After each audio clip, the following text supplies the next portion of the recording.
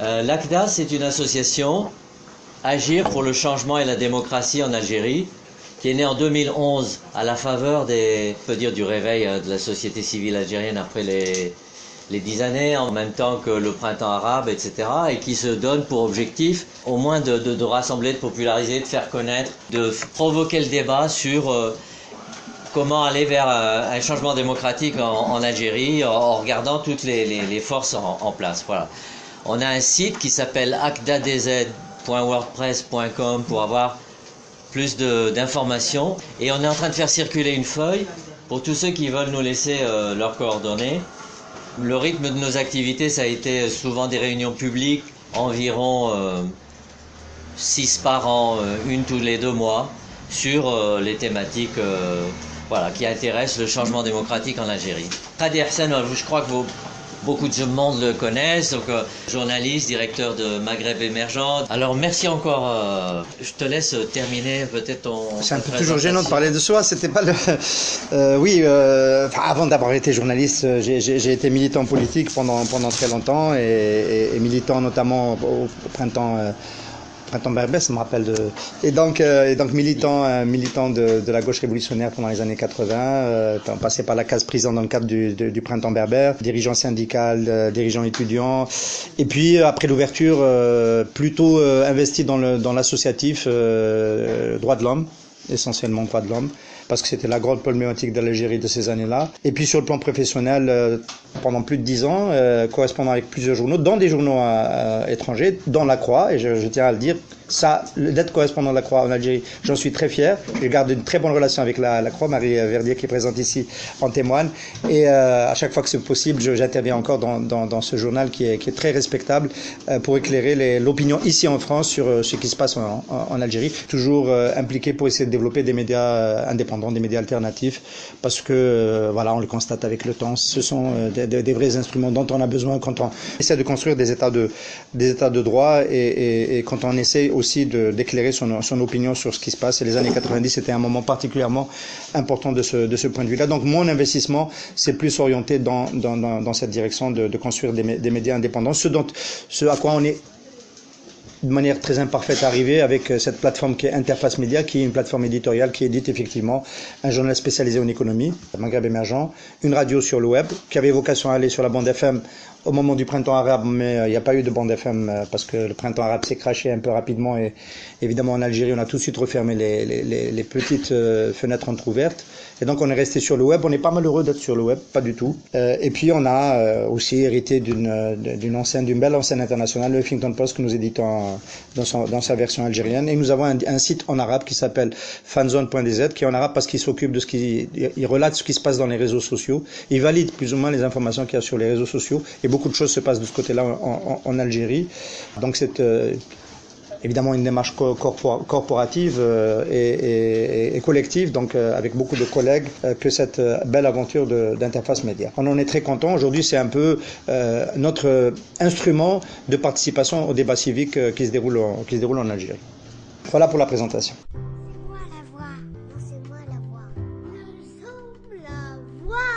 Nous sommes tous la voix des sans-voix. Quand on a préparé ensemble un petit peu brièvement cet après-midi, on avait discuté d'un certain nombre de thématiques, de façons d'éclairer. Hassan avait proposé plutôt Je l'avais proposé, mais ça n'a pas été repris. Je décline tout de suite là. Ma conférence s'intitule « Algérie, un sursaut est-il encore possible avant le 5e mandat présidentiel ?» Donc on se situe tout de suite dans le contexte de la conjoncture, avec ses enjeux, et évidemment en parlant de cette conjoncture et de ses enjeux, en déroulant ces scénarios, on pourra évoquer les acteurs, la stratégie des acteurs, où en est l'Algérie de manière un peu plus globale et pas uniquement sur le volet agenda politique. Tout ça, à mon avis, on peut l'introduire par la discussion sur... Mais ma question générique, c'est celle-là. C'est peut-être aussi un peu mon travers de journaliste qui est tout le temps le nez sur l'actualité, qui n'a pas la démarche de l'académicien, qui va peut-être brasser un tableau plus systématique des rapports de force des acteurs, etc. Bon, à chaque fois que ce sera nécessaire, on l'évoquera ensemble. Évidemment, on peut se poser la question si ce scénario du 5e mandat présidentiel de Abdelaziz Bouteflika est sérieux. C'est la première question à laquelle je vais devoir répondre. parce qu'elle se pose, évidemment. Ensuite, je répondais à la question de savoir qui soutient ce scénario. Bon, le fait qu'il existe ne pose aucun doute. Qui le soutient et pourquoi? Donc on va déjà un petit peu faire une introspection du système politique algérien. Et puis qui peut s'y opposer, avec deux volets. Qui peut s'y opposer, ou qui s'y oppose déjà, de l'intérieur du système. Ça peut exister.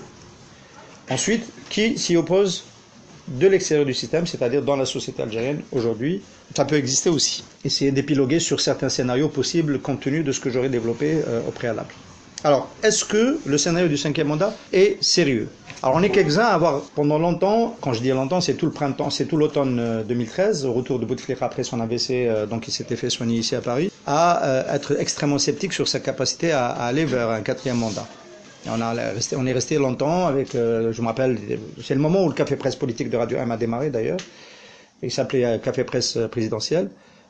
Voilà, c'est pas possible, il est trop diminué, etc. Et puis, c'est quand même arrivé. Évidemment, ça marque. Ça marque, et donc aujourd'hui, quand on refait une lecture en intégrant les mêmes paramètres, etc., on est obligé de dire que c'est sérieux.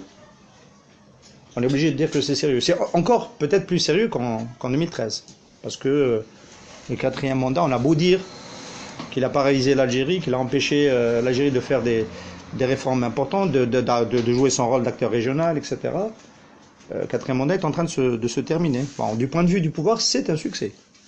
Du point de vue du pouvoir, c'est un succès. C'est-à-dire que, y compris, on en dirait un mot, dans la gestion du contre-choc pétrolier, chute des prix depuis 2014, etc., ils sont arrivés à Algérie. Ils évoquent toujours le Venezuela. Regardez ce qui s'est passé au Venezuela. Chez nous, ça n'a absolument rien à voir. Donc le scénario est sérieux. On a un peu le déroulé du scénario classique des gens qui appellent le président à continuer. Donc c'est dans son proche entourage, dans la majorité parlementaire qui gouverne. FLN en premier, RND, le Premier ministre l'a dit à 2 reprises, donc il souhaite que Bouteflika continue. Et puis les organisations satellites qui soutiennent l'Union générale des travailleurs algériens, le Forum des chefs d'entreprise, donc le patronat algérien, et puis Moudjahidine, les enfants de Moudjahidine, Chouhada, etc., etc. Donc on va dire, entre guillemets, le bloc dominant qui a construit cet attelage-là durant toutes ces années, est en configuration de continuer. Il y a tous les indicateurs qui sont là. Il y a un alignement des planètes. Voilà, s'il y a quelqu'un qui cherche un son discordant pour dire attention, ils ne sont pas d'accord entre eux, difficile à nous convaincre. Bon, il y a eu la démission du président de l'Assemblée nationale hier. C'est un événement. On va essayer je rentre à Alger demain. On va essayer de comprendre exactement ce qui s'est passé, mais ça n'a pas l'air d'être la représentation d'un conflit majeur. Ça se passe au sein du FLN. C'est un conflit d'autorité entre 2 courants du FLN, mais ça ne tourne pas autour du 5e mandat, c'est autre chose. On verra peut-être qu'on se trompe. Donc, le scénario est sérieux. Alors, pourquoi on se pose la question? C'est parce que Bouteflika, lui, c'est pas sérieux. Bouteflika, c'est pas sérieux. Bouteflika, il est off en termes de capacité d'agir. Il a des temps de lucidité qui ne couvrent pas visiblement la journée, qui ne couvrent même pas le temps d'un entretien complet. Et on ne peut pas le comprendre quand il essaie de parler, en fait. Quand il essaie de parler, nous, on a des témoignages qu'on a publiés, d'ailleurs, de 2 sources, une algérienne et une allemande, selon laquelle il n'a pas pu prononcer un seul mot de la visite de Merkel, donc à Zeralda, donc la résidence où il reçoit, maintenant qui est devenu quasiment un siège de la présidence bis. C'est fâcheux, hein. Je ne sais pas si vous réalisez, mais bon, je plains un peu les personnalités algériennes qui étaient dans la délégation, enfin le Premier ministre, le ministre des Affaires étrangères, etc. Pas un mot. Il ne peut pas représenter l'Algérie à l'extérieur. Il fait semblant de diriger un conseil des ministres une fois tous les 2 mois, quand il faut bien, le dernier qui a eu lieu il y a 3 jours, mercredi dernier, il fallait bien adopter la loi de finances le projet de loi de finances pour 2019. Donc c'est pas sérieux. Bouteflika, c'est pas sérieux. Mais on veut quand même le reproposer. Donc on va essayer de comprendre comment c'est possible. Comment c'est possible. Qui a intérêt à le faire? Donc c'est la deuxième question. Le bon sens, ce serait pour ceux qui sont en position de force aujourd'hui avec Bouteflika, le bon sens, ce serait d'organiser une transition. Eltsine l'a fait. Eltsine a ramené Poutine. Eltsine est parti tranquille, il n'a jamais été menacé. Bon, pourtant, on pouvait avec la montée des oligarques, en Russie, on pouvait lui faire des procès en cascade. Ce scénario d'une succession adoubée, enfin d'un successeur adoubé, préparé par Bouteflika et son frère, parce qu'en fait, ça fonctionne en binôme. Je développe pas beaucoup cela maintenant parce que je m'attends à ce que ça soit posé en question tout à l'heure sur comment Bouteflika arrive quand même à asseoir son pouvoir en dépit de son extrême faiblesse physique. Ça s'est pas fait. Ça aurait pu se faire en 2013-2014 au moment de l'ABC. Il a été question notamment de Abdelmalek Sellal. Bouteflika tient absolument à rester en fonction. Et donc, il se fout complètement de ce qui peut arriver après. L'essentiel pour lui, c'est de rester en fonction jusqu'à la mort. Et ça, on le sait depuis longtemps. En fait, on le sait, on a tardé à le prendre au sérieux, mais dès qu'il était arrivé au pouvoir, il y a quelques personnalités qui l'avaient fréquenté, qui avaient dit son profil, etc., c'est de ne jamais quitter le pouvoir, et vous allez voir. Et en fait, ces gens-là sont partis d'ailleurs, pour la plupart, et lui est toujours là. Donc, pas de tentative de préparer quelque chose qui puisse préserver l'avenir, parce que quand il ne sera pas là, en fait, il y aura forcément une redistribution des cartes. L'armée va vouloir reprendre la main. Ceux qui sont les mieux placés aujourd'hui risquent de perdre beaucoup. Ça dépend de comment ça se passera, mais ils risquent de perdre beaucoup. Et donc cette succession favorable qui peut permettre de pérenniser les intérêts des milieux d'affaires, des hommes bien placés, etc., qui sont liés à la mandature Bouteflika, ça se fait pas et ça se fera pas. Voilà, ça, il faut en perdre là. Évidemment, il y a des intérêts très matériels. Il y a des gens, l'Algérie a dépensé beaucoup d'argent. Il y a eu des revenus des exportations d'hydrocarbures qui ont été faramineux de ce point de vue-là. Bouteflika a une chance inouïe. En 2014, il y a eu un point de bascule, mais on peut dire que les intérêts sont très gros. Quand on voit ce qu'a obtenu un groupe comme le TRHB, de Ali Haddad, qui est président du FCE, sur la période, ça se chiffre en milliards de dollars. Maintenir la position, ou Kouninef, qui est plus caché, qui est moins connu pour l'opinion publique, qui est un ami de Bouteflika. Le père est un ami, le fils est un ami de Saïd. C'est lourd comme enjeu. Par exemple, tout le monde, pour ceux qui suivent l'activité en Algérie, il y a ce projet de trituration de la graine oléagineuse à Abjaya du groupe Cvital qui est bloqué depuis 2 ans, qu'on empêche de se développer parce qu'il y a un projet concurrent qui est celui de Kouninef, qui est l'ami de Saïd Bouteflika, et donc on bloque celui de Cvital pour permettre à l'autre projet d'émerger dans un port voisin à Djidjel, à Djenjen. Il y a des enjeux sérieux. Donc ces gens-là vont soutenir. Les autres vont soutenir parce qu'on ne leur a pas suggéré une autre solution, parce que d'habitude, c'est l'armée qui prend l'initiative d'ouvrir on va dire entre guillemets, des conclaves.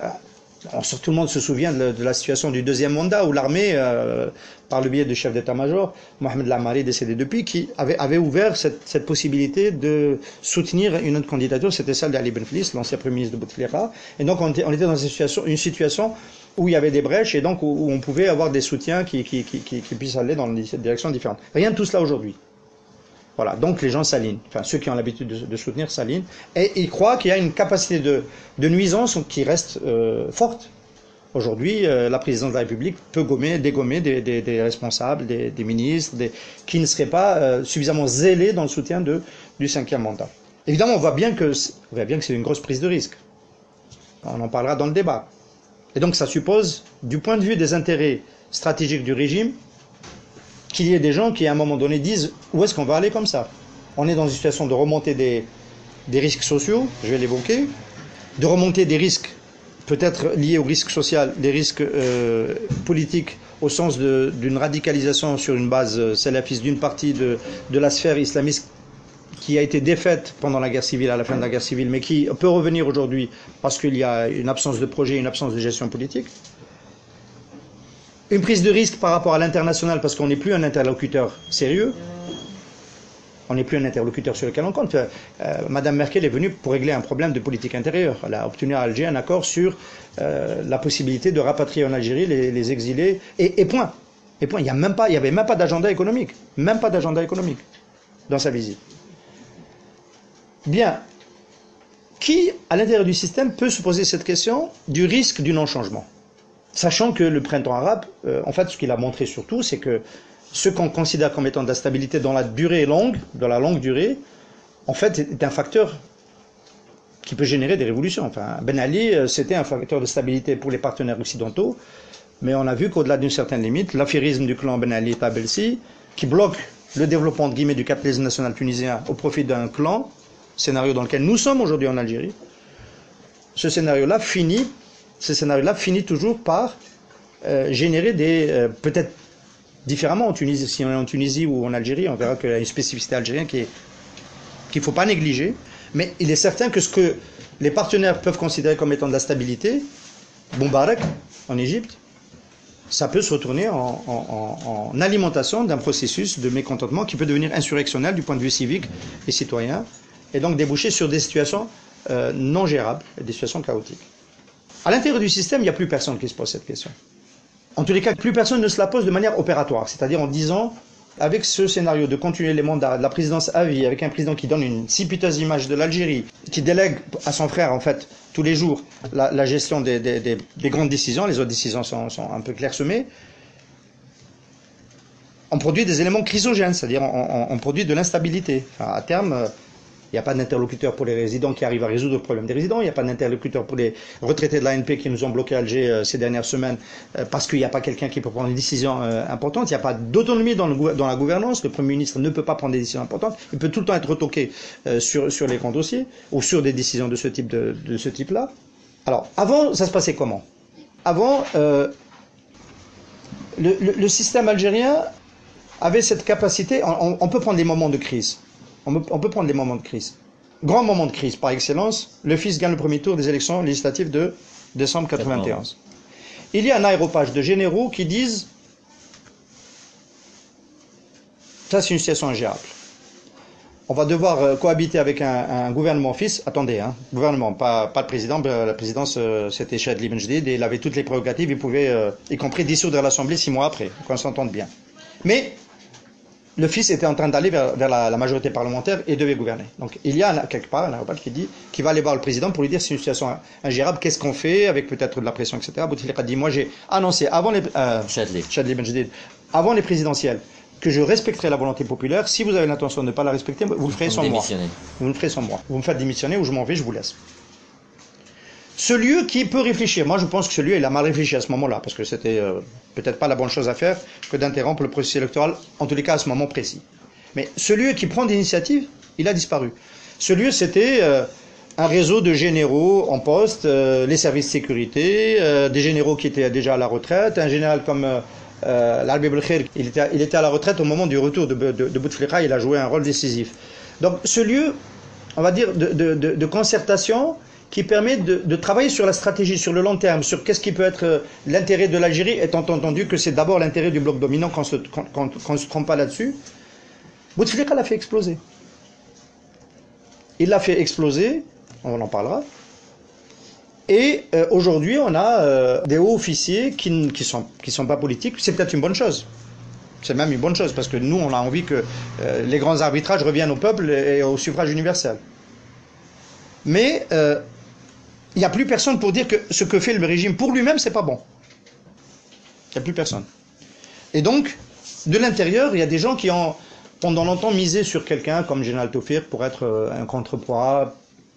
Bon, ceux qui ont aimé sa manière de mener la lutte contre le terrorisme, moi je suis pas fan, considéraient que ça pouvait être un contrepoids, etc. Bon, et qu'il pouvait empêcher la présidence à vie, empêcher les dérives d'un régime présidentialiste autoritaire, etc. Enfin, comme s'il n'en était pas le principal cofondateur. On sait ce qu'il en est advenu. Donc on oublie. Et pour ceux qui, jusqu'au bout, on pensait que c'était possible, parce que bon, on en connaît à Alger, dans les débats, on discute, etc., des gens qui disent, bon, à un moment donné, l'armée va réagir. Il y en a qui ont beaucoup appelé l'armée, d'ailleurs, jusqu'à récemment, pour activer l'article de la Constitution, ou 102, qui dit que, bon, un président impotent, coup d'état médical, enfin coup d'état, le coup d'état est en fait dans le sens inverse, on ne doit pas utiliser le mot coup d'état, parce que c'est le fait qu'il soit président qui est en fait le coup d'état. Et Gaïd Salah, chef d'état-major, répond régulièrement, nous on est fidèles, on est armée professionnelle, on obéit constitutionnellement, on est sous l'autorité du ministre de la Défense et du président de la République, c'est Bouteflika et ça ne bougera pas. Donc c'est une lubie de penser aujourd'hui qu'il peut avoir encore une réaction. Peut-être que ce qui s'est passé ces dernières semaines, depuis le début de l'été, avec l'affaire d'Oran, ça a démarré avec la cocaïne, c'est devenu une affaire entre guillemets main propre globale, qui a touché la DGSN, donc Général Hamel, qui est un proche de Bouteflika, donc ensuite qui a touché des généraux dans l'armée, pas nécessairement liés, mais on a étendu l'enquête sur les biens mal acquis, sur les fortunes injustifiées, sur le blanchiment de l'argent, etc., à la haute hiérarchie de l'armée. Attendez, c'est un séisme qui s'est passé, enfin on ne réalise pas, mais il n'y a jamais eu depuis l'indépendance autant de changements en un si peu de temps à la tête des services de sécurité, à la tête de la DGSN, donc la police, à la tête de la gendarmerie nationale, à la tête de 3 corps d'armes importants dans les forces terrestres. Les forces terrestres, c'est l'armée de terre, c'est ce qui donne le général, le chef d'état-major, c'est ce qui donne le porte-parole politique quasiment de l'ANP. Toutes les régions militaires, jamais. Jamais ça s'est fait depuis l'indépendance dans un aussi court. Non, mais même avec le coup d'État de Boumediene, même avec la tentative de coup d'État de Tahir Sbiri en 67, Ouais. on n'a jamais eu un séisme de ce type-là. Qu'est-ce que ça veut dire? Est-ce qu'il y a eu une tentative qu'on n'a pas encore vue? On le saura. Peut-être une tentative de sursaut. J'essaie de faire un clin d'œil au titre de ma conférence. Une tentative de sursaut pour empêcher ce qui était en train de se mettre en place. On peut l'imaginer. On peut imaginer qu'il y a eu des tentatives de conclave entre des anciens généraux. Saïd Bey, à la deuxième région militaire, il était à la tête de la première région militaire au moment du massacre de Bentalha. En fait, de mon point de vue, il aurait dû déjà disparaître des radars. À ce moment-là, il n'a pas pu protéger la population civile de Bentalha. Il n'a pas cherché à la protéger. Massacre de septembre 97. Bon, il a continué à faire carrière jusqu'à les 15 jours. Quelqu'un comme Chentouf, à la tête de la première région militaire, quelqu'un comme Tafer, le commandant-chef des forces terrestres, c'est des gens qui sont suffisamment sur la place depuis longtemps pour avoir l'autorité, la légitimité entre guillemets, pour réunir d'autres généraux et peut-être disserter sur l'avenir politique du pays. Est-ce que ça s'est fait? Est-ce qu'on n'a pas toutes les informations? Est-ce que les Bouteflika, parce que c'est toujours comme ça qu'il faut les appeler aujourd'hui, ont coupé court à une tentative de reprendre la main? Comme tout à l'heure j'ai dit, il n'y a plus personne pour, peut-être que j'ai été trop vite. Hein, peut-être que ça a existé et ça a été stoppé.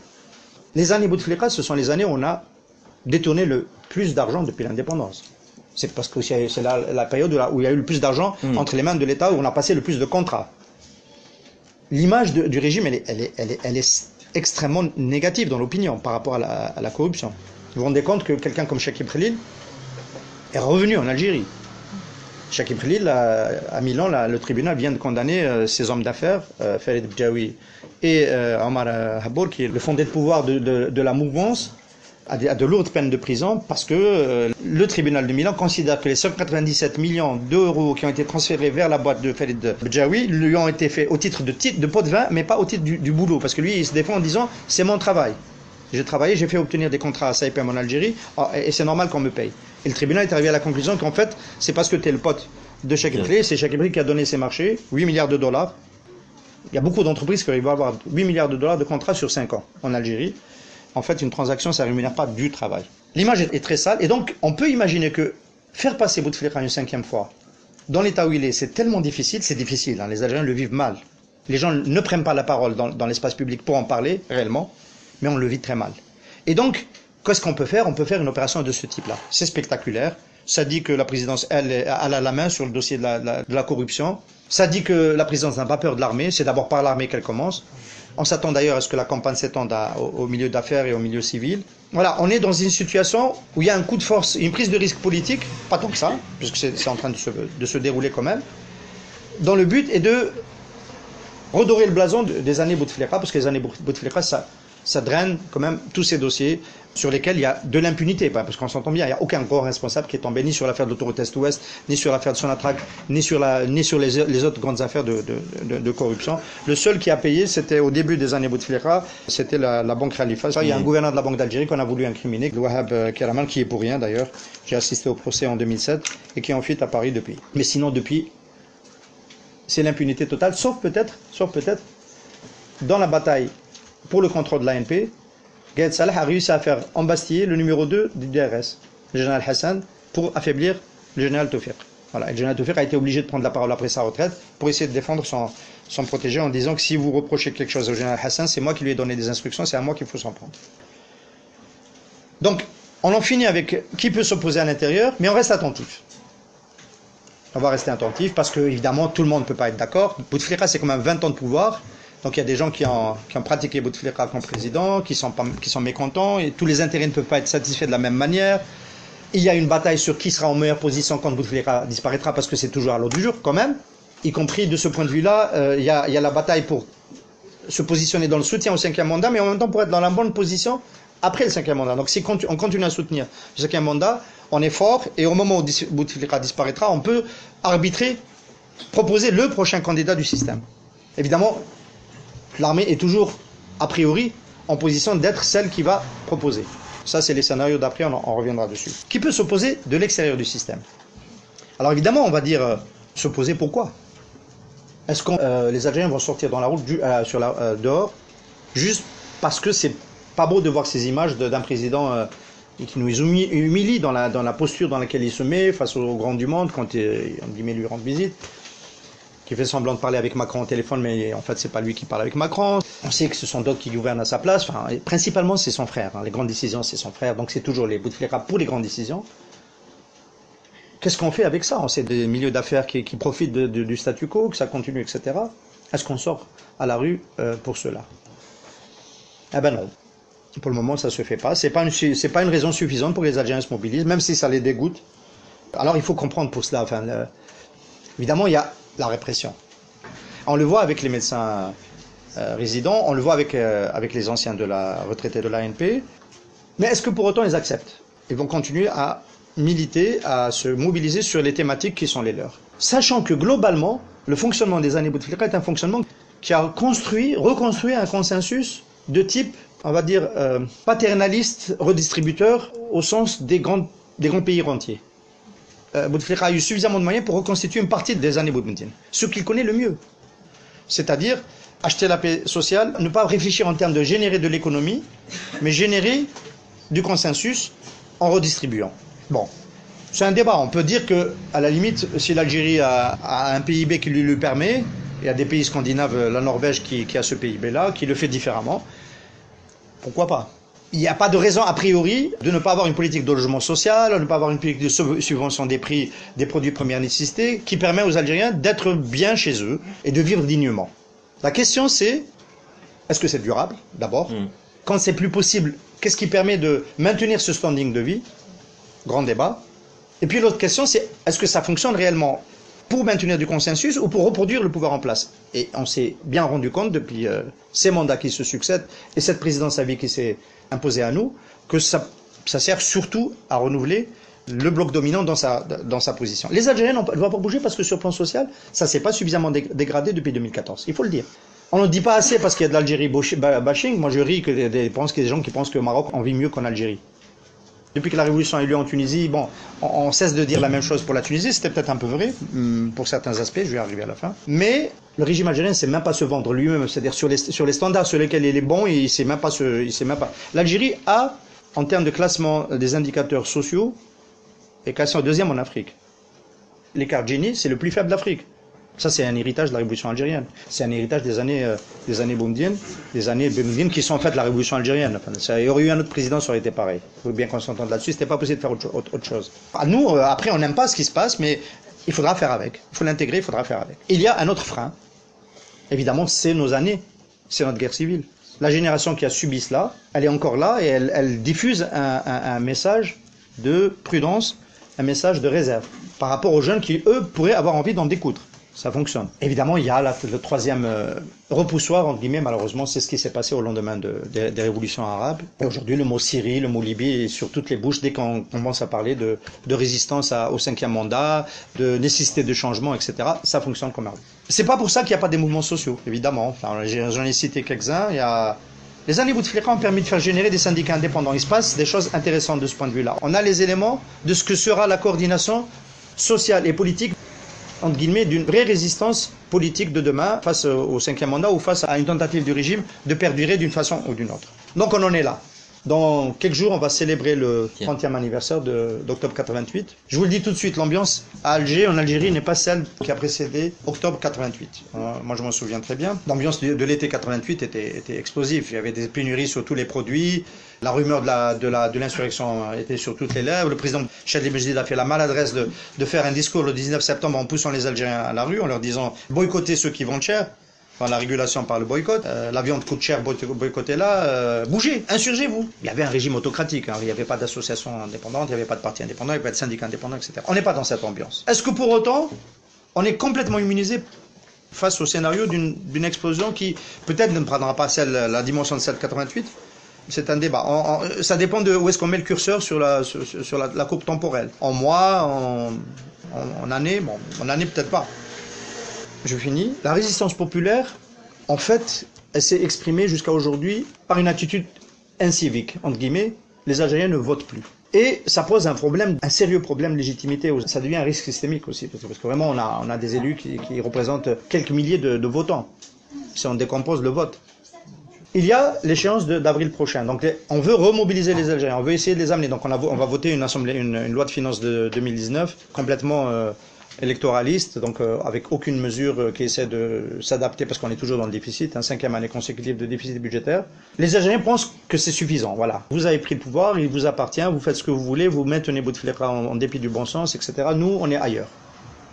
Touchez pas aux subventions, vous touchez pas à nos acquis, vous touchez pas au logement social, etc. Le deal qui fonctionne aujourd'hui, c'est ça. Vous touchez pas à ça, le reste, vous faites ce que vous voulez. Vous voulez même Cheikh Ibrahim qui revient en Algérie, qui va dans les Zaouïas. On est prêt, ça fait mal, mais on finit par s'accommoder. C'est explosif comme cohabitation. C'est explosif parce qu'à un moment ou à un autre, la ligne est ténue de cet équilibre, elle est extrêmement ténue. Je finis là-dessus. Dans une projection du système qui considère que ça a bien fonctionné jusqu'à maintenant, c'est pas si mal que ça. On a réussi à faire passer le guet du 4e mandat avec un président absent. Pourquoi ne pas continuer? On a bien géré le contre-choc pétrolier. On avait des réserves de change elles ont fondu de moitié, mais elles sont toujours là. On est à 90 milliards de dollars quand même. On a une réserve intérieure qui, bon, elle a fondu. Le fonds de régulation, le FRR, il a fondu. Mais on a la planche à billets, c'est ce qu'on a déclenché en 2018. Et il y a de la marge. Je considère qu'il y a de la marge. Les prix du pétrole sont remontés un petit peu. On est autour de 80 dollars. Donc le déficit est moins grave. Donc on pense pouvoir tenir. On prend le risque de ne pas changer. Et puis on le vend à nos partenaires étrangers.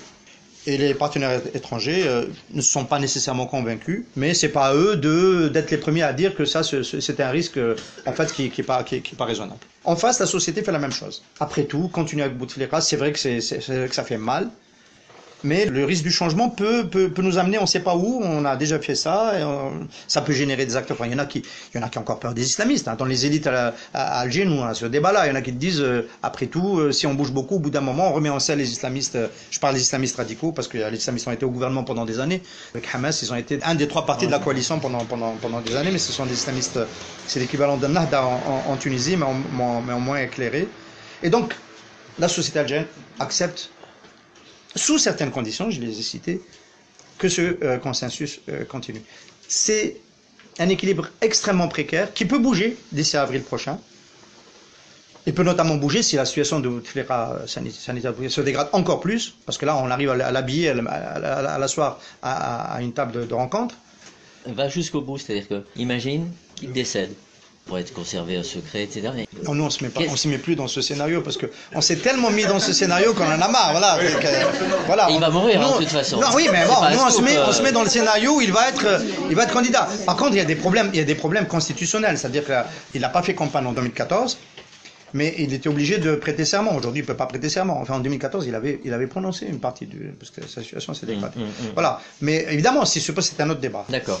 C'est un peu non, s'il meurt, on quitte tout de suite la salle et chacun rejoint son champ de bataille pour préparer l'avenir. Voilà. On va aller constituer les ONG, les syndicats, moi je rentre tout de suite à Alger. Voilà. C'est le vol ce soir au lieu de rentrer demain matin. Mais bon. Merci.